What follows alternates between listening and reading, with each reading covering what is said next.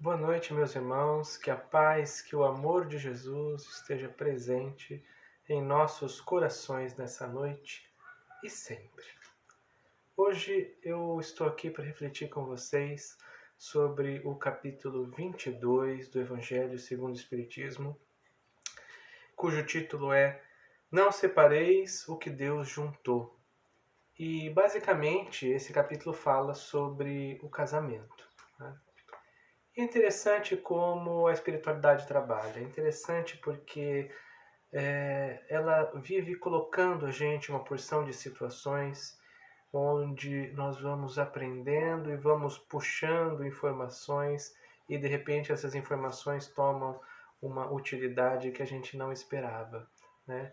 A gente, muitas pessoas, muitos de nós já ouvimos dizer nada é por acaso.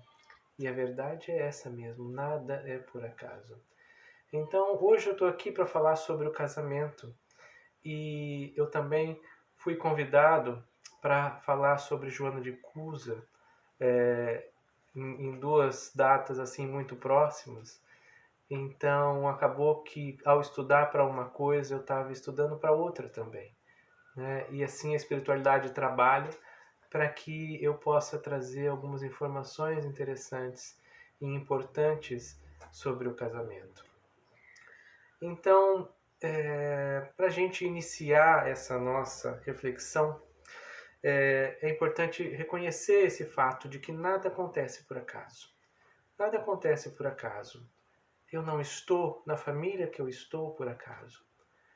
Como vocês sabem, imagino que saibam, né? Nós nascemos há muitos anos atrás. Não só nessa vida que nós temos na nossa história, mas nós temos uma história de muitas encarnações, né? Como aquela música do Raul Seixas, né? Eu nasci 10 mil anos atrás.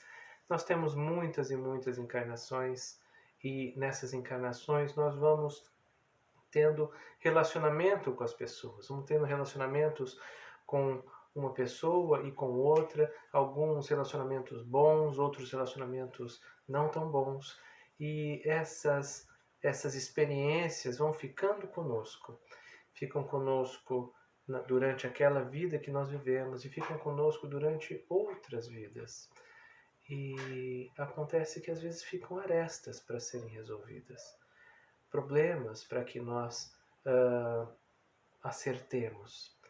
E além disso, existe também a necessidade de evolução de cada um. Então, muitas vezes as coisas estão na nossa vida para nos despertar a uma determinada evolução, a uma determinada melhoria em nós mesmos. E assim acontece com tudo, principalmente com a família. Então, a gente pode ter certeza que eu tenho os pais que eu preciso ter. Meu pai é exatamente a pessoa que ele precisa ser. Minha mãe é exatamente a pessoa que precisa ser. Minhas irmãs, meus irmãos são exatamente aqueles com quem eu preciso estar juntos. Meus amigos são aqueles que eu preciso estar perto.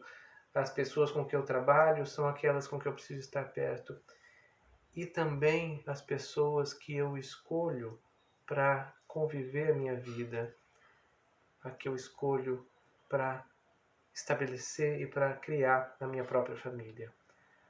Aquela pessoa que nós escolhemos, seja a que hoje é minha esposa, ou a de cada um tem o seu esposo, tem o seu marido. Por mais que tenha sido inimaginável as situações que cada um pode ter tido para encontrar com essas pessoas, para passar a gostar dessas pessoas, o fato é que houve um trabalho espiritual muito grande para fazer com que essa pessoa estivesse ao seu lado, para que estivesse naquela situação em que vocês se conheceram, para que você estivesse ali, para que as coisas fluíssem. Houve um trabalho espiritual para que vocês estivessem juntos nesse momento, e isso não é à toa.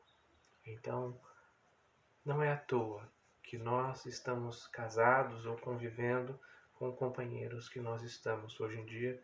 Quer isso seja algo que você se sente bem com isso nesse momento, quer isso seja algo que você não se sente bem, seja como for, numa situação ou na outra, essa pessoa é exatamente aquela que você precisava ter ao seu lado. E sobre esses problemas conjugais que muitas vezes existem, então aí vem esse estudo sobre a Joana de Cusa, porque justamente ela tem uma situação dessa que está no livro Boa Nova, né? O livro Boa Nova, que foi psicografado por Chico Xavier e que o espírito é Humberto de Campos. Então, lá no capítulo 15, que é o capítulo da Joana de Cusa, que o título é Joana de Cusa, nós vamos encontrar essa personagem do Evangelho, que tem pouquíssimas citações na Bíblia. Tem apenas 2 citações no Evangelho de Lucas, né? Mas tem ali um capítulo inteiro, no livro Boa Nova, cuidando dela. E quem era Joana? Né? Joana era uma romana. Ela era esposa de Cusa. Cusa era o intendente de Cafarnaum. Intendente romano de Cafarnaum, uma espécie de prefeito da cidade. Né? Então era como se fosse o prefeito de Cafarnaum. E Joana era esposa dele.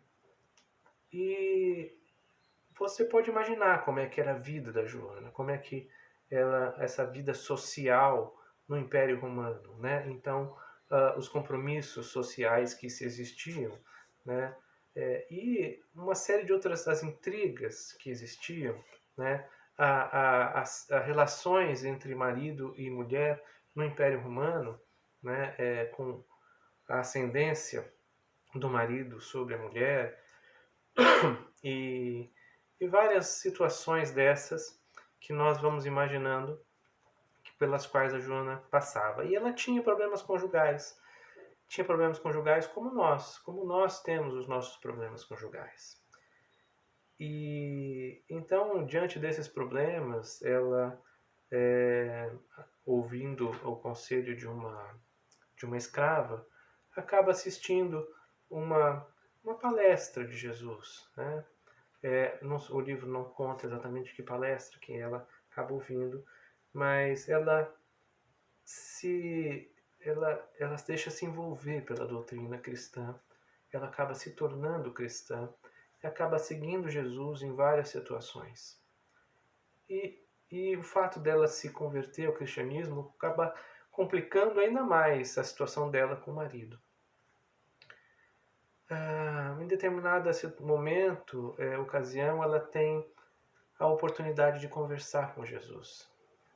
Então, conversa com Jesus e explica para ela todas essas dificuldades que ela está passando no casamento. E Jesus tem uma palavra para ela que diz assim: Joana, eu vou ler para não perder o sentido, a profundidade das palavras de Humberto de Campos. Agradece ao Pai haver-te julgado digna do bom trabalho desde agora. Teu esposo não te compreende? Um dia vai te compreender. Ele é leviano, indiferente? Ama-o, mesmo assim. Não te acharias ligada a ele se não houvesse razão justa. Servindo com amorosa dedicação, estarás cumprindo a vontade de Deus. Os sãos não precisam de médicos. Além disso, não podemos colher uvas nos abrolhos, mas podemos preparar o solo que produziu espinhos venenosos para cultivarmos nele mesmo a videira do amor e da vida. Nessas palavras de Jesus, o que Jesus está dizendo para ela? Está dizendo: volta para o seu marido, ama-o ainda mais, apesar de todas essas dificuldades que você tem. Você não está ao lado dele se não houvesse, você não se acharia ao lado de Cusa se não houvesse uma razão justa. Então, nós podemos trazer isso à luz do Espiritismo, como justamente esse fato de que nós não estamos ao acaso com as pessoas que nós estamos. E o mesmo acontecia com Joana. Ela não estava ao acaso com o esposo dela. Mas existiam ali razões justas para que ela estivesse ali. Sejam coisas que fossem dívidas dela, sejam promessas de auxílio. E nessa ponta de promessas de auxílio eu falei de propósito, por quê? Porque Jesus também fala essa outra frase que eu falei para vocês: não é possível colher uvas nos abrolhos. E abrolhos, até fui procurar no dicionário, são plantas espinhentas. Então, se você imaginar a parreira de uva envolta de espinhos dessa outra planta, você não consegue pegar as uvas. Não é possível colher uvas nos abrolhos, como a dizer que as pessoas também são assim. Existem as pessoas que no fundo elas são boas, mas que você não consegue alcançá-las, porque elas estão envoltas por espinhos. Ainda os espinhos a dominam. Mas é possível, disse Jesus, preparar a terra, porque essa mesma terra que deu esses espinhos venenosos pode ser usada, cultivada para o plantio da videira da videira do amor e da vida. Então veja bem, o que Jesus está querendo dizer é que todos estamos em construção. Todos nós somos almas em construção, almas em busca de crescimento, e a oportunidade que nós temos ao lado das pessoas tem dois lados. Uma é o nosso próprio crescimento, o desenvolvimento das nossas virtudes e o desenvolvimento das virtudes do outro. Então, nesse entendimento que Joana teve quando conversou com Jesus, ela até continua a conversa dela com Jesus e pergunta: então, será que eu não deveria impor o cristianismo a ele? Impor o cristianismo na minha casa? E Jesus responde assim para ela: por que motivos Deus não impõe a sua verdade e o seu amor aos tiranos da terra? Por que não fulmina com um raio o conquistador desalmado, que só leva à destruição? A sabedoria celeste não extermina as paixões, transforma-as. A sabedoria celeste não extermina as paixões. A sabedoria celeste transforma. Cada um de nós está em transformação. E essa reunião que nós temos em família é para a nossa transformação. E essa transformação ela não acontece pela imposição de uma das partes. Não é impondo a minha vontade sobre a vontade do meu companheiro. Não é impondo a minha vontade sobre a vontade do meu irmão. Hoje eu estava ouvindo o Haroldo Dutra falar, e o Haroldo Dutra dizia o seguinte: é impressionante como a humanidade poderia ser regenerada se todos pensassem como eu penso. Se todo mundo achasse exatamente as coisas que eu acho, pensasse exatamente as coisas que eu penso, e pronto, estava tudo resolvido, tudo regenerado.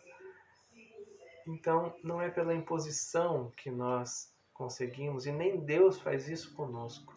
Muitas vezes até nós nos perguntamos realmente por que Deus não acaba com essas pessoas horríveis. Porque Deus quer transformá-las. Deus quer transformá-las assim como Ele deseja transformar a nós, cada um sendo transformado em pessoas melhores. E essa reunião que essas relações que nós temos uns com os outros, tem esse objetivo. o objetivo de transformação. Transformação minha, transformação do próximo. E o casamento é um local muito importante para esse desenvolvimento. Esse desenvolvimento do respeito, esse desenvolvimento da tolerância, esse desenvolvimento da paciência, de virtudes tão importantes para o crescimento. No capítulo 22, que a gente está estudando, então a gente encontra ali logo no início Jesus sendo questionado se seria possível devolver a mulher para os pais, dando a carta de desquite. E Jesus diz assim: não ouviste o que foi dito?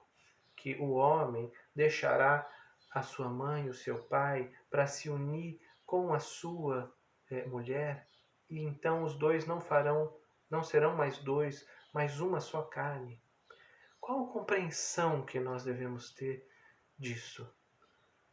Eu muitas vezes me peguei raciocinando sobre isso no passado e achando até que Jesus falava de algo relacionado à união sexual do casal, mas como eu posso achar isso?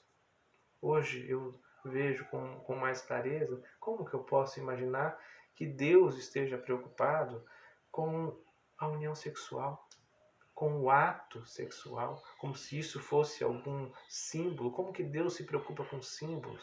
Deus não se preocupa com símbolos. Deus se preocupa apenas com o amor. Com o amor que as pessoas desenvolvem uns pelas outras. Amar a Deus, amar ao próximo e amar a si. Este amor que precisa ser desenvolvido é a única coisa que interessa mesmo a Deus. Muitas vezes nós nos reunimos por laços que não são ligados ao amor, mas o casamento real, o casamento desejado por Deus é o casamento da ligação amorosa. Se nós acabamos nos separando dos nossos companheiros, era porque a única razão é porque não existe o amor. Porque se existiu o amor, então nós perseveraremos.